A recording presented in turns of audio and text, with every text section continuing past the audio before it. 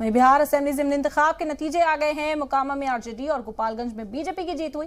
मोकामा से आरजेडी की नीलम देवी ने बाजी मारी, जबकि गोपालगंज में बीजेपी की कुसुम देवी ने जीत हासिल की। बता दें कि गोपालगंज असेंबली ज़िमनी इंतखाब में बीजेपी उम्मीदवार कुसुम देवी 2183 वोटों से जीत गई है। बीजेपी की कुसुम देवी को 70,053 वोट मिले, जबकि आरजेडी के मोहन गुप्ता को 67,870 वोट मिले हैं। वहीं मोकामा उपचुनाव में आरजेडी उम्मीदवार नीलम देवी की बात करें तो उन्हें 16,420 वोट मिले हैं।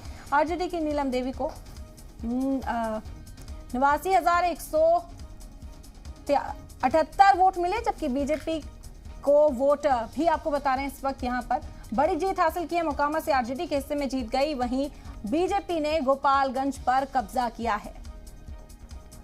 और ये खबर बिहार में असेंबली इंतखाब ज़िमनी इंतखाब से जुड़ी हुई। आपको बता दें कि ज़िमनी इंतखाब कई सीटों पर थे और बिहार में साफ तौर पर मुकाबला आरजेडी और बीजेपी के बीच में था इन 2 सीटों पर, जिसका इस वक्त आपको ये आंकड़ा बता रहे हैं। बिहार असेंबली ज़िमनी इंतखाब के नतीजे आ गए हैं। मोकामा में आरजेडी और गोपालगंज में बीजेपी ने जीत दर्ज कराई है। मोकामा में आरजेडी की नीलम देवी ने बाजी मारी है, जबकि गोपालगंज में बीजेपी की कुसुम देवी को जीत मिली है। गोपालगंज असेंबली ज़िमनी इंतखाब के बीजेपी उम्मीदवार को 2183 वोटों से जीत मिली, जबकि बीजेपी की कुसुम देवी को 70,053 वोटों से जीत मिली है।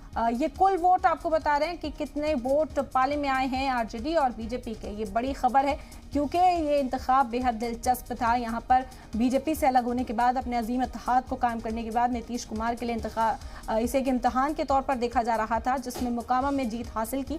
हालांकि गोपालगंज पर आरजेडी अपना परचम बुलंद नहीं कर पाई, यहाँ पर बीजेपी ने जीत हासिल कर ली है। तो ये ज़िमनी इंतखाब के आंकड़े इस वक्त जो आप देख रहे हैं, मोकामा में बड़ी जीत मिली है आरजेडी को, वहीं गोपालगंज में बीजेपी ने कड़ी टक्कर देते हुए जीत हासिल कर ली।